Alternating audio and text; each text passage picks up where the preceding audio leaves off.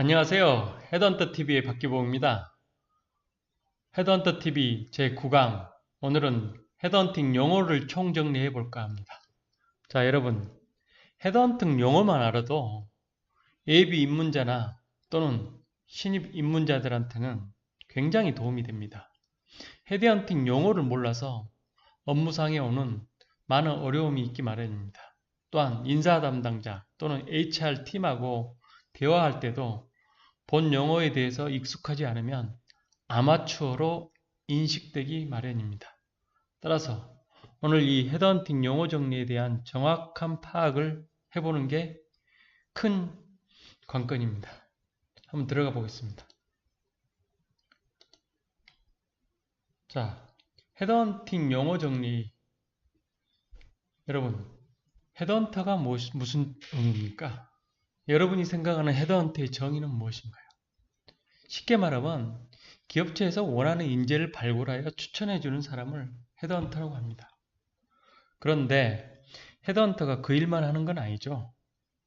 기업체에서 오더를 따는 것도 헤드헌터 역할이고, 또한 그 적합한 인재를 찾는 것도 헤드헌터 역할이고, 또는 그 기업에 대해서 잘 설명하려면 그 기업에 대한 공부도 있어야 되죠. 공부해야 또 후보자를 설득할 수 있지 않겠습니까? 강점이랄지, 그 기업에 대한 문화랄지, 그 기업의 연봉 테이블이랄지, 또 그 기업의 비전이랄지 다양한 공부를 해야 되겠죠. 이렇게 하여 후보자를 지원하게 하는 게 헤드헌터의 주요 업무입니다. 그러면 그런 업무만 있는 것도 아니죠, 사실은. 헤드헌터들은 또 인터뷰도 잡아야 되고 그 후보자의 연봉 협상도 해야 되고 또 그 후보자한테 인사 담당자하고 또 인터뷰 주선이랄지 모든 코레스판드 인터뷰 진행 과정의 모든 그런 절차를 헤드헌터가 다 책임지고 역할을 합니다. 또한 합격하면은 그 후보자를 안정하게 정착할 수 있도록 관리까지 해야 되고 또는 인보이스 발행도 모두 헤드헌터의 역할입니다. 따라서 헤드헌터는 헤드헌팅 비즈니스에 나오는 모든 역할을 A부터 Z까지 다 하는 사람을 헤드헌터라고 합니다. 그러면 헤드헌터 말고 리서처라는 게 있지 않습니까? 그럼 리서처는 어떤 업무를 할까요? 헤드헌터가 방금 말했듯이 A부터 Z까지 다 한다면 리서처의 업무는 주로 후보자를 서칭하여 발굴하는 역할을 특화된 사람을 리서처라고 합니다. 한마디로 서칭 전문가라고 할 수 있죠. 물론 이 리서처의 역할도 아주 중요합니다. 리서처도 헤드헌터 못지않게 그 기업에 대한 공부가 돼 있어야 후보자하고 커뮤니케이션을 할 수 있겠죠.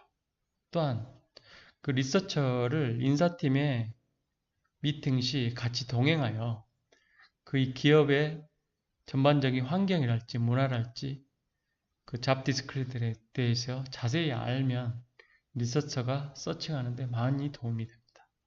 저 같은 경우는 리서처를 항상 동행해서 기업체에 데려갔던 기억이 납니다. 자, 그 다음에 오더가 있습니다. 오더는 뭘까요?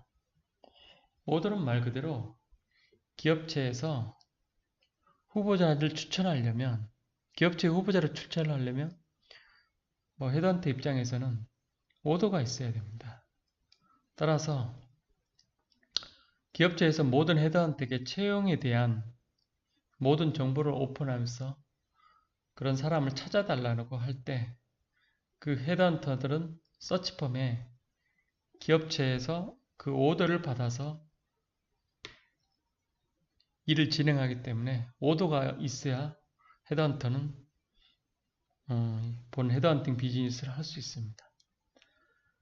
자, 서칭은 말 그대로 사람을 찾는 과정을 서칭이라고 합니다. 그 다음에 서치펌은 뭡니까? 서치펌이라는 건 우리가 변호사가 모여있는 곳을 로펌이라고 하죠. 우리 헤드헌터들이 모여있는 회사를 서치펌이라고 합니다. 채용수수료. 채용수수료는 어떤 걸까요?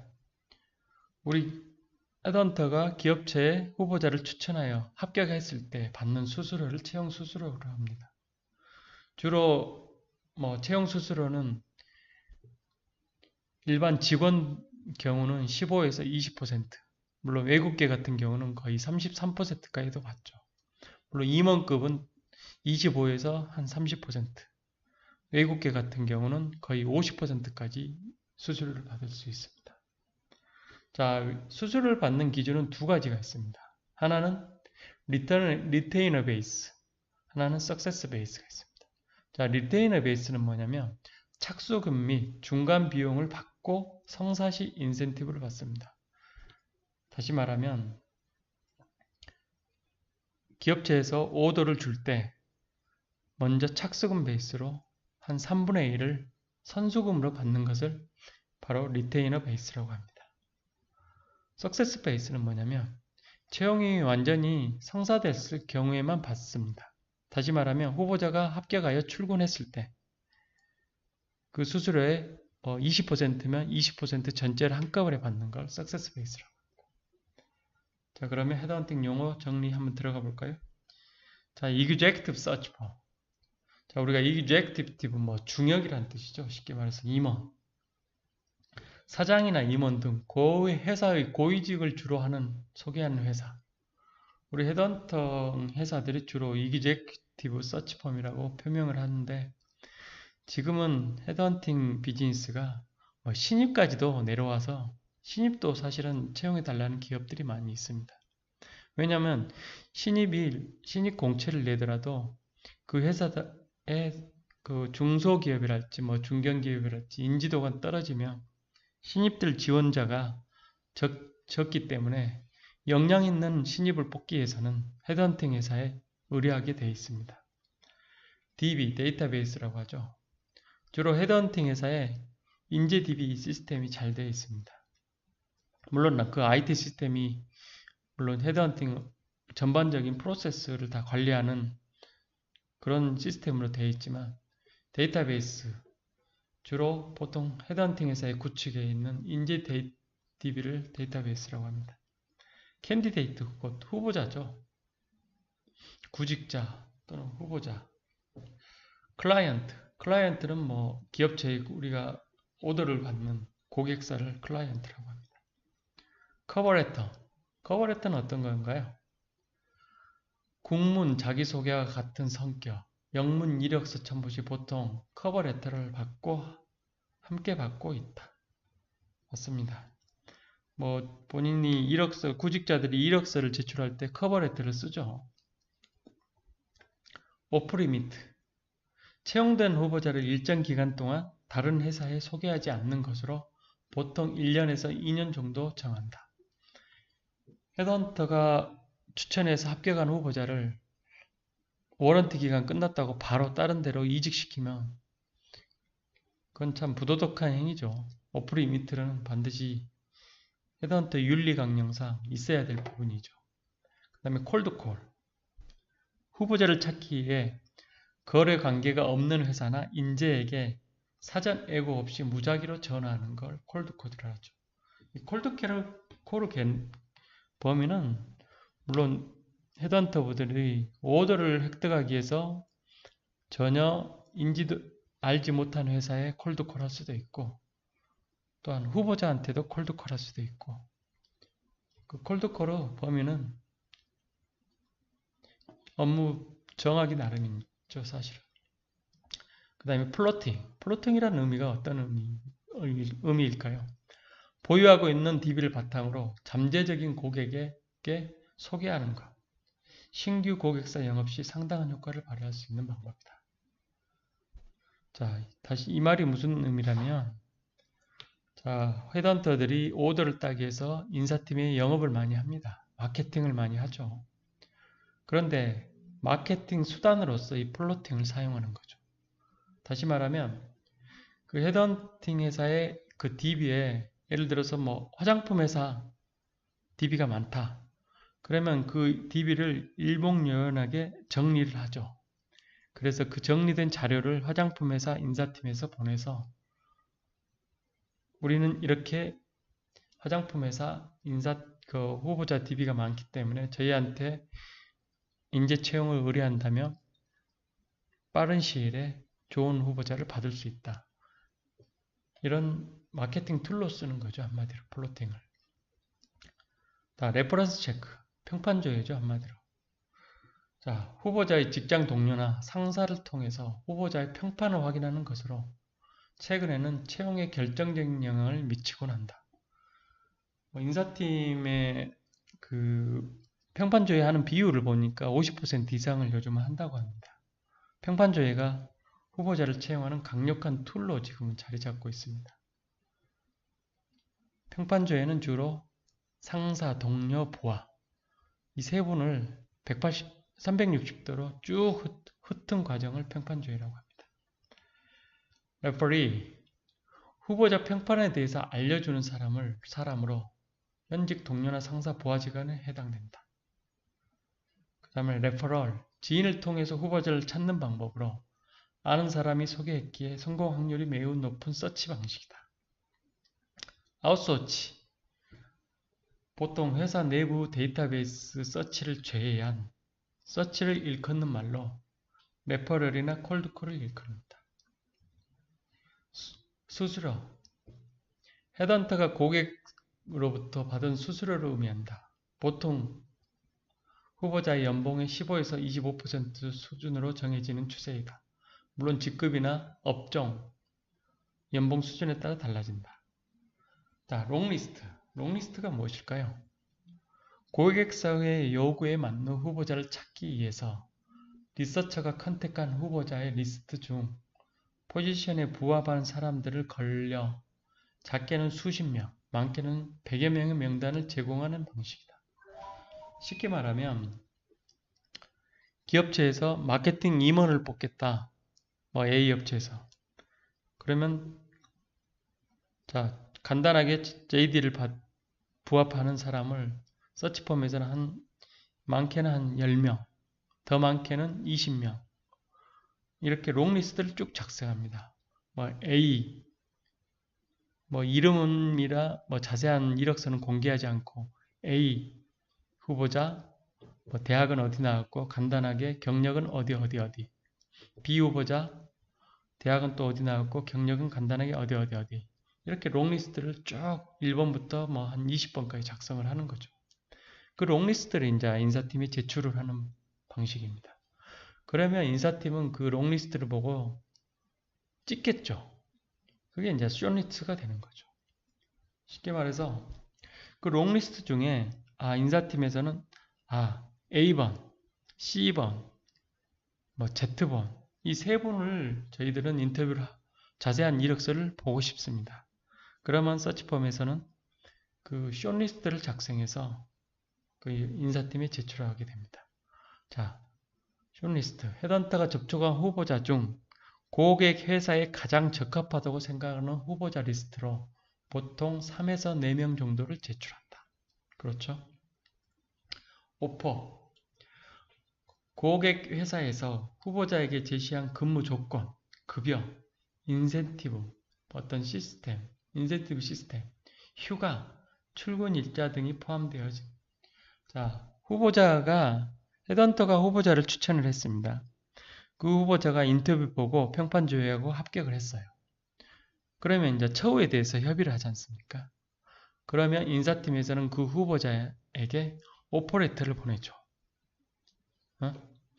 방금 말했듯이 근무 조건이랄지 급여랄지 인센티브랄지 휴가 출근 그 오퍼레터를 이제 후보자가는 받고 고민을 하겠죠. 이 정도 처우를 받고 내가 이 회사에 출근할 건지 말 건지. 그러면 후보자 입장에서는 그게 안 맞다. 그러면 다시 인사팀하고 협상을 해야죠. 처우 연봉을 더 올려달라든지, 기본급을 더 책정을 해달라든지, 경력을 더 책정을 해달라든지. 다양한 이렇게 서로 이제 카운터 오퍼를 제출하겠죠. 자, 빌링. 자, 헤드헌팅 회사에서 빌링이라는 것은 수금과 같은 의미로 고객으로부터 계약된 금액이 입금되는 것을 말함. 보통 후보자가 입사 후 2주 이내, 또 길게는 한 달 이내 입금과 같은 조항이 계약서에 들어있어 그 기간 내에 입금이 됩니다. 물론 이거 헤드헌터 분한테는 가장 중요한 거죠. 뭐 고생을 했는데 이 빌링이 찍혀야 헤드헌터로서 그 기쁨을 맛볼 수 있겠죠. 그다음에 프로젝트. 구인 의뢰를 내부에서 보통 채용 프로젝트라고 칭합니다. 자, Terms and Conditions of Business, TOB라고 하죠. 계약서를 뜻하는 영문 약자로 수수료, 채용 보증 기간, 환불 규정 등 비즈니스와 관련된 내용을 포함한다. Job Description, JD라고 하죠, 일명. 고객사에서 채용하고자 하는 직원의 업무 내용을 수록해 헤드헌터에게 제시하는 것으로 고객사가 원하는 후보자 상이라고 볼 수 있다. 물론 헤드헌터 분들은 이 JD를 보고 그 채용 업무에 대한 분석을 하게 됩니다. 우리 헤드헌터에 가장 중요한 게 이 JD라는 거죠, 사실은. 예를 들어서 마케팅 과장을 뽑는다. A 회사에서. 그러면 그 JD상에 그 과장의 연령대, 연봉 수준, 또는 업무, 내용, 또는 어떤 경쟁사, 타겟 경쟁사 리스트, 이런 JD에 이런 상세한 내용이 포함되어 있으면 헤드헌터로서는 그 신속하게 움직일 수가 있습니다. 쉽게 말해서 JD가 얼마나 잘 되어 있냐에 따라서 헤드헌터의 그 석세스 성공 확률이 굉장히 달라집니다. 따라서 JD가 부실하다. 그러면 헤드헌터는 그 인사팀에 전화를 해서 상세하게 꼼꼼히 방금 말했던 내용을 점검을 해야 됩니다. 그래야 그 서칭 방향을 빨리 정하고 그 프로젝트를 단시일 내에 끝낼 수 있기 때문이죠. 카운터 오퍼가 무슨 뜻일까요? 자, 후보자가 고객 회사로부터 오퍼를 받은 후 다니고 있는 회사에서 더 높은 급여나 더 나은 조건을 제시받는 것을 말합니다. 다니고 있는 회사 입장에서 후보자가 떠나지 않게 하기 위해서 채용 회사보다 높은 급여나 승진을 제시하죠. 자, 헤드헌터 분들이 힘들게 후보자를 발굴해서 면접도 하고 연봉 협상까지 해서 자, A 회사에 출근하게 정해져 있습니다. 자, 그러면 후보자는 자기 소속된 회사에 상사에게 사직서를 제출하겠죠. 근데 회사 입장에서는 이 사람이 핵심 인재급입니다. 이 사람을 놓치면은 회사 업무에 타격이 크죠, 아무래도. 이 전문 숙달된 인재를 하나 또 채용해서 키운다는 게 쉬운 게 아니지 않습니까? 회사 입장에서. 그렇다면 회사는 그 후보자한테 물어봅니다. 자, 당신이 A 회사로 이직하는데 조건이 뭡니까? 왜 이직합니까? 그럼 후보자는 얘기를 할 거 아닙니까? 자, 연봉을 거기서는 기본급을 5천에 성과급을 한 500% 준다. 또 휴가일수는 얼마를 주겠다. 또 직급은 지금 현재 과장인데 차장으로 대우를 해주겠다. 이런 좋은 조건이 있기 때문에 이직을 하겠죠. 구직 후보자는. 그럼 회사 입장에서는 이보다 더 좋은 조건을 제시해야 이 후보자를 잡을 수 있다는 거죠. 그래서 회사 입장에서는 카운터 오퍼를 제시하게 되어 있습니다. 그런 직장인 여러분들은 그런 훌륭한 인재가 되기 위해서 꾸준히 자기 개발도 하고 업무 능력을 쌓아야 되겠죠, 아무래도. 자, 헤드헌터 TV 제9강. 오늘은 헤드헌팅 용어에 대해서 한번 정리를 해봤습니다. 본 용어에 대해서 아시는 분도 있고 모르시는 분도 있고 본 용어에 대해서 한 번쯤 공부를 하시고 헤드헌터 업무를 하시면 좋을 것 같습니다. 또한 헤드헌터에 입문하겠다는 분 또는 헤드헌터를 입문을 고민하시는 분들은 본 용어에 대해서 공부를 하시면 앞으로 헤드헌터 업무를 하시는데 많은 도움이 되실 겁니다. 본 강의가 도움이 되셨다면 좋아요와 구독을 꼭 해주시길 부탁드리겠습니다. 이상 헤드헌터 TV의 박기봉이었습니다. 감사합니다.